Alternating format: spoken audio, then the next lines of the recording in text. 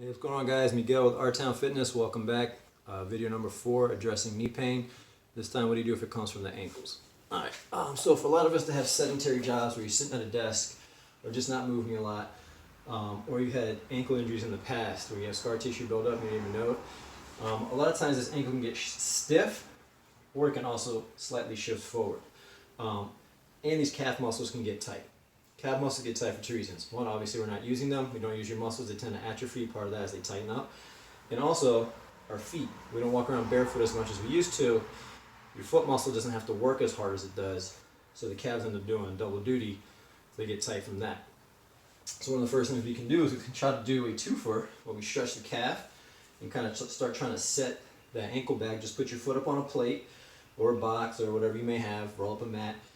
And you can either lean on your knee and kind of push forward, or if you want to go a little bit more hardcore, just take a weight, set it on top to help keep that heel down, don't let it come up, and then drive forward that way. And we start creating a nice little stretch in there. Now don't just relax, because again, we talked about foot muscles. You want to turn that foot on and keep pushing into this plate without letting that heel come up and driving this knee forward. Alright?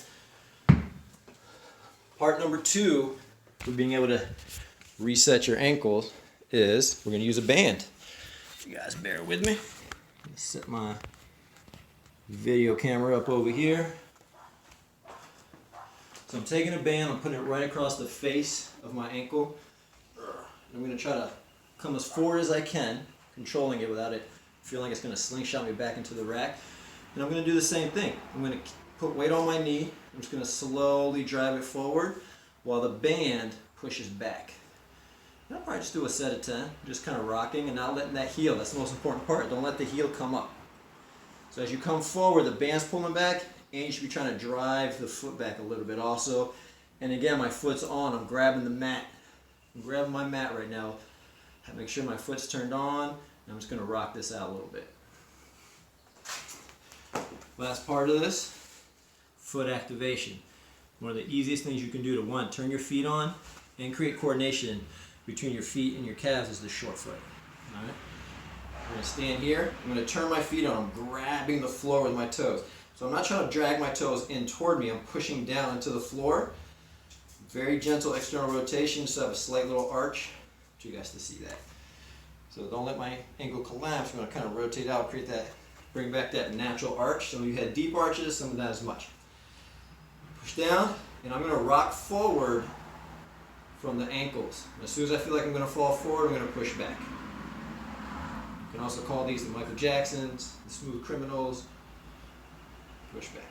So this is forcing my foot muscle to have to work along with my calf muscles having to work. So we start introducing that coordination. It's going to start loosening your calves up. It's going to start loosening your ankles up. It's going to start reintroducing stability into your ankles, and therefore going to take some stress off your knees and let your knee track better. The next and last video is going to be after we've done all this. We're going to get into some mobility or myofascial release. Stay tuned, guys. Thanks for looking.